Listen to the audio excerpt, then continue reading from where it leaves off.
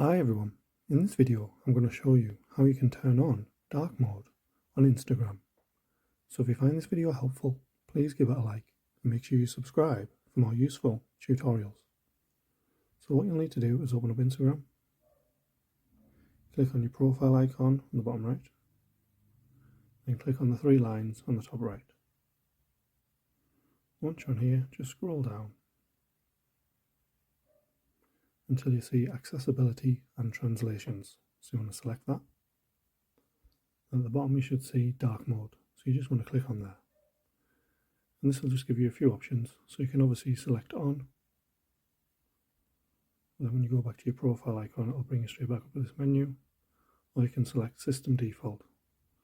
So this will just mean we'll adjust your appearance based on your device's system settings. So obviously you can either leave it on permanently, or you can use the system default setting if you have it on dark mode on your device. Thanks for watching.